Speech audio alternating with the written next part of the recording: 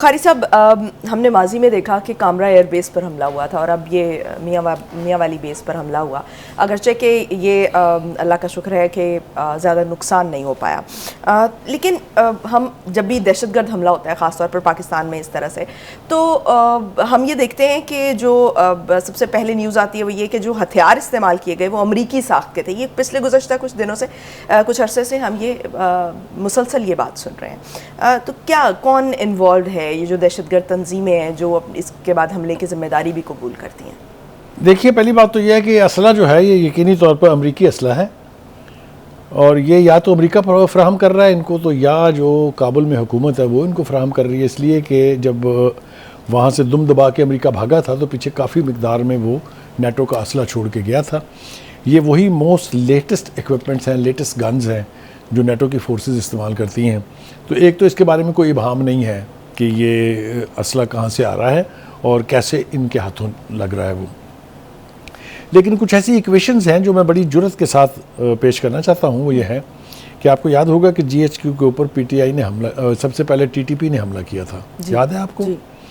और वो मुहासरा जो है कई घंटों तक चला था।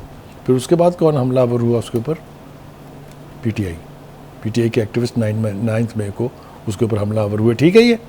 उसके बाद आ जाइए जनाब मियाँ वाली एयरबेस, उसके ऊपर पहले PTI हमलावर हुई थी। उसके एक्टिविस्ट जो पेट्रोल बम लेके चले गए थे वहाँ जहाज़ों को तबाह करने, और अब PTI ने कर दिया। ये क्या कदर मुश्तरक है? ये जो कॉमन टारगेट्स हैं इससे मैं क्या नतीजा अख्ज़ करूँ? ये मैं सवाल छोड़े जा रहा हूँ आज कि how could such a coincidence take place कि जहाँ पहले TTP हमलावर होती है वहाँ पर PTI होती है, जहाँ पहले PTI होती है वहाँ पर TTP होती है। आप इंटरलिंक कर रहे हैं इनको? मैं तो लिंक कर रहा हूँ, इतने वसूक और यानी जज्बे के साथ मैं ये कह रहा हूँ कि हमें ढूंढनी पड़ेगी कि ये क्या इक्वेशन है। अब मुझे याद आता है कि क्यों यहाँ पर उनके दफातर खुलाए जा रहे थे। अब मुझे याद आता है कि क्यों उनको जेलों से रिहाई दिलाई थी जनाब सदर मुमलिकत साहब ने उस वक्त के वज़ीर आज़म की मर्ज़ी के ऊपर। किस तरीके से वहाँ पर इल्लीगल तौर पर बगैर डॉक्यूमेंट्स के तालिबान को लाया गया था और KPK के मुख्तलिफ इलाकों में बसाया गया था। याद नहीं है आपको? बिल्कुल याद है। और ये आपने जो 2 वाक़यात का जिक्र किया, आज का सुन लें। ज़िला खैबर में झड़प हुई है, पाकिस्तानी फ़ौज के लेफ्टिनेंट कर्नल समेत 4 अहलकार जो हैं उसमें हलाक हुए हैं। ये जो मुसलसल दहशतगर्दी के वाक़यात हो रहे हैं पूरे पाकिस्तान में, चाहे वो बलूचिस्तान है चाहे वो KPK है, कौन है ज़िम्मेदार इसके? कौन ज़िम्मेदारी कबूल कर रहा है? किसने ज़िम्मेदारी कबूल की मियाँ वाली के अटैक की? तो ये किसको नज़र नहीं आता है, किससे ये पोशीदा है कि ये कौन लोग हैं और क्यों ये कर रहे हैं? मुझे अच्छी तरह से याद है, स्पिन बोल्दक का जिक्र मैं अक्सर करता हूँ। वहाँ पर रॉ और फॉर्मर NDS जो है अफ़गानिस्तान की साबिक़ा जो इंटेलिजेंस एजेंसी थी, उन्होंने मिलकर क्या तबाही नहीं मचाई, वो तबाही अब भी मच रही है। अभी भी वहाँ से लोगों को इक्विप करके, असला दे के, फंड्स दे के, डॉलर्स दे के पाकिस्तान के अंदर दहशतगर्दी के लिए भेजा जाता है। बहुत सारे लोग पकड़े गए, इसकी एविडेंस है, ये हवा में बात नहीं है। कितने ग्रुप ऑपरेट कर रहे हैं, ये सारा डाटा मौजूद है पाकिस्तान की सिक्योरिटी एजेंसीज के पास। तो कोई चीज़ ढकी छुपी नहीं है।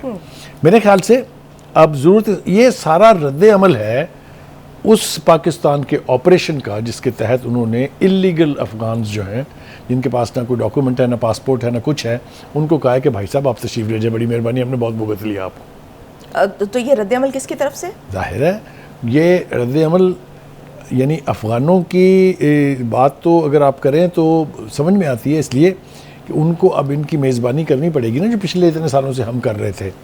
और दूसरी बात यह है कि इनको भी वो ह्यूमन शील्ड के तौर पे इस्तेमाल करके पाकिस्तान के ख़िलाफ़ प्रोपोगंडा कर रहे हैं। ये प्रोपोगंडा मेरे ख्याल से समझ आना चाहिए, इसलिए कि ये वापस जाएंगे अगर वहाँ पर तो उनकी भी वहाँ भी कोई गुंजाइश नहीं होगी, इसलिए कि उसमें से एक बड़ी तादाद ये है जो पैदा भी यहीं हुए चूँकि अफ़गान रेफ्यूजीज़ के तौर पर, और एक तसलसल था जिसके तहत वो यहाँ आते रहे, को पूछने वाला ही नहीं था।